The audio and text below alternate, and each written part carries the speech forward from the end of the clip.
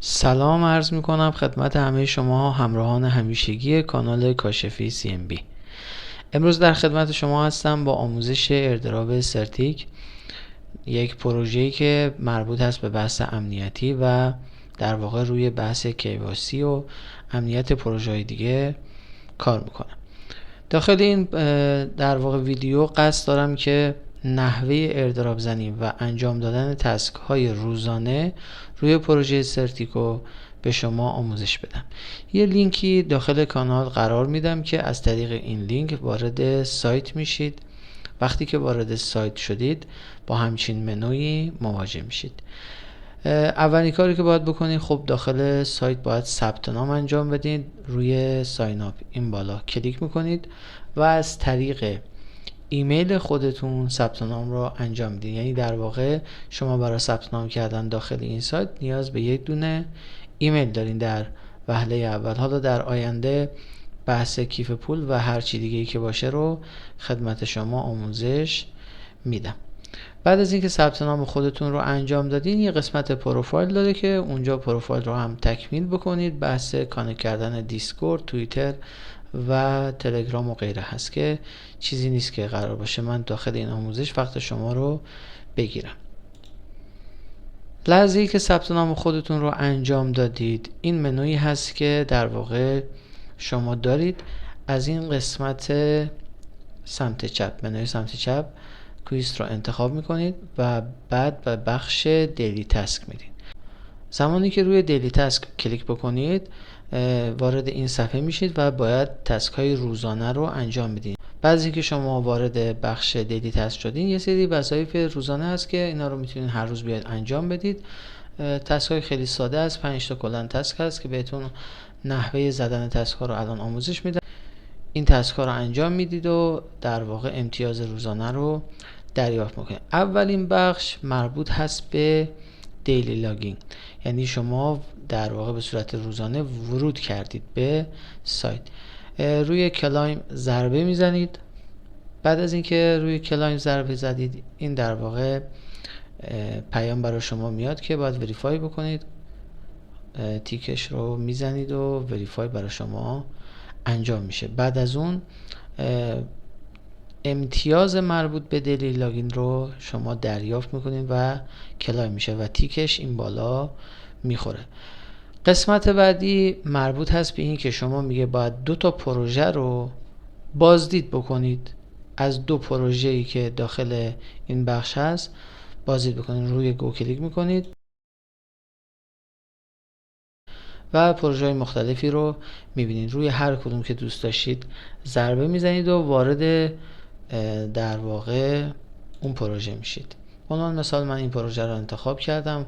از اینکه وارد شدید اسکرول میکنید به سمت پایین، یه بازدیدی از این اطلاعات انجام میدید و در واقع یه دونه پروژه رو شما بازدید کردید. ببین الان من بعد از اینکه یه پروژه رو بازدید کردم اینجا زده 1 از 2. خب برای اینکه این تسک کامل انجام بشه باید 2 تا پروژه رو بازدید بکنید. خب من یه پروژه دیگرم بازدید میکنم. ببینید بعد از اینکه 2 تا پروژه رو بازدید کردین و اینجا شد 2 از 2، گزینه کلایم باز میشه و شما میتونید امتیاز مربوط به این تسک رو هم دریافت بکنید. روی کلایم ضربه میزنید و بعد روی وریفای هم تیکش رو میزنید و امتیاز مربوط به این قسمت رو دریافت میکنید. تسک بعدی میگه به یک پروژه امتیاز بدید.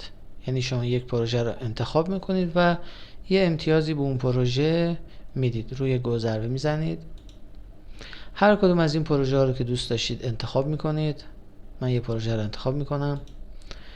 بعد از اینکه پروژه رو انتخاب کردید در واقع این قسمت رو اسکرول میکنید به سمت پایین تا برسید به پایین صفحه و این گزینه وات ناو رو ببینید. قسمتی که روی اون اگر ضربه بزنید میتونید امتیاز بدید به پروژه. روی اون ضربه میزنید. تعداد ستاره‌ای که میتونید بهش امتیاز بدید و بعد بحث رضایت خود شما. خب سعی کنید امتیاز بالایی بدید به پروژه. به درکشکی که باشون نداریم. یه امتیاز خوبی بهش بدیم و بعد روی سابمیت کلیک بکنید. سابمیت رو که بزنید از شما دوباره وریفای میخواد. این وریفای توی تمام تسک ها و تمام مراحل هست. وریفای رو انجام میدید، تیکش رو میزنید و در واقع این تاسک برای شما انجام میشه. میریم به همون بخش دیلی تاسک خودمون و میبینید که آماده شده برای کلایم کردن امتیاز این قسمت. کلایم رو میزنید و مجدد وریفای رو کلیک میکنید و امتیاز این قسمت رو هم دریافت کردیم. قسمت بعدی میگه که یه سری در واقع اطلاعاتی هست که داخل یه صفحه، اونا رو مطالعه بکنید. روی گم میزنیم. این اطلاعات رو دوباره اسکرول کنید به سمت پایین و یه بازدیدی چند ثانیه از این قسمت داشته باشید و برگردید. وقتی برمیگردید میبینید که تیک مربوط به این قسمت هم خورده و در واقع آماده کلایم شده. روی کلایم ضربه میزنید، دوباره وریفای میکنید و امتیاز این قسمت رو هم دریافت میکنید. و آخرین قسمتی که در واقع یه مقدار سخت‌تر هست، قسمتی هست که شما باید 2 تا پرسشنامه رو انجام بدید. روی گو ضربه میزنید. هر کدوم از این گزینه‌ها رو دوست داشته باشید میتونید انتخاب بکنید. البته یک مسئله‌ای که هست، بعضی از این در واقع تسک ها و پرسشنامه ها قفله و باید شما به لول در واقع اون مرحله برسید. مثلا اینجا ببینید، اینجا لول 7 هست. خب من لول 13 هستم و این تسک برای من باز هست. شما اون تسک هایی که باز هست رو روش کلیک میکنید. بعد از اینکه کلیک بکنید با همچین صفحه مواجه میشید. به عنوان مثال من یکی از گزینه‌ها رو انتخاب کردم و یکی از تسک ها رو. ببینید 2 قسمت داره. یه قسمتی اینجا ببینید و دوباره اینجا. قسمت اول مربوط هست به یه سری اطلاعاتی که در رابطه با اون پروژه به شما میده. یعنی ابتدا یه سری اطلاعات به شما میده مثل یه جزوه و بعد از داخل همون اطلاعات از شما سوال میپرسه. شما میتونید اون اطلاعات رو در واقع ترجمه بکنید و بعد قسمت بعدی سوالات رو از روی همون جواب بدید.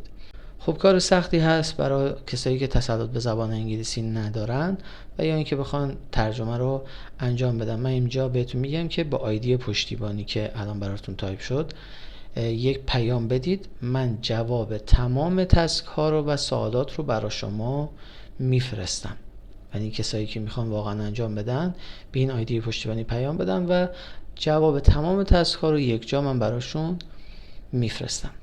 خب روی استارت که کلیک بکنیم میریم به قسمتی که وریفای انجام میدیم و ببینید این قسمت نوشته 0 از 7، یعنی 7 صفحه رو ما باید نکس بزنیم و یه سری اطلاعاتی رو بخونیم. در واقع هر صفحه‌ای رو که نکس میزنید حدودا 3 تا 4 ثانیه باید صبر کنید و بعد دوباره به شما اجازه میده که روی گزینه نکس کلیک بکنید.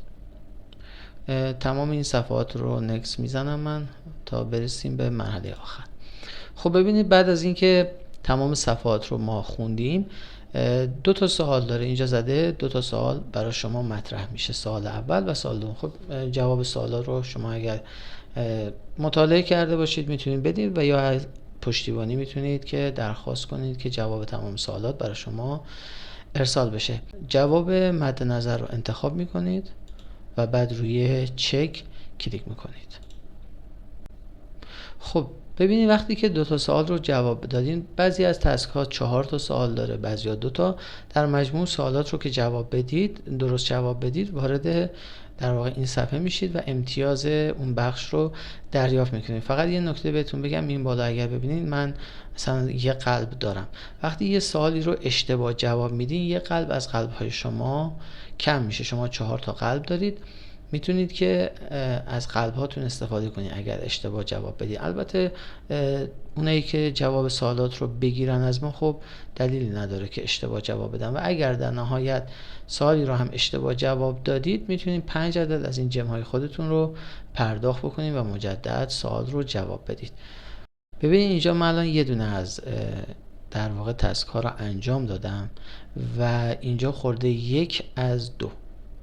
پس اینجا هم در واقع مثل همین قسمت شما باید 2 تا تسک رو انجام بدید. من میرم یه سوال دیگر هم جواب میدم و بعد ادامه ویدیو رو بهتون نشون میدم. حالا که هر دو تا سوال رو جواب دادیم اینجا میزنه 2 از 2. خب ما اینجا کلایم رو میزنیم، مطابق معمول وریفای میکنیم و امتیاز این بخش رو هم دریافت میکنیم. این بالا رو نگاه کنید، تمام 5 تیک خورده شد، فقط مونده تیک آخری که در واقع یه جایزه هم هست که میتونه به ما بعد از انجام دادن 5 تا تسک میتونیم اون رو دریافت بکنیم. روی اوپن ناو کلیک میکنیم و اینجا هم دوباره روی اوپن ناو و وریفای میکنیم، امتیاز رو میگیریم. مثلا در واقع اینجا 3 تا جیم به من داده و نوشته کام بک تومارو، فردا بیاین و تسک ها رو انجام بدید. تیک این هم خورد. و همین راحتی شما میتونید تسک های روزانه رو انجام بدید. همراه ما باشید، داخل کانال باشید، آپدیت های جدیدی که از این پروژه بیاد حتما براتون میذاریم. ممنون از همه شما دوستان عزیز.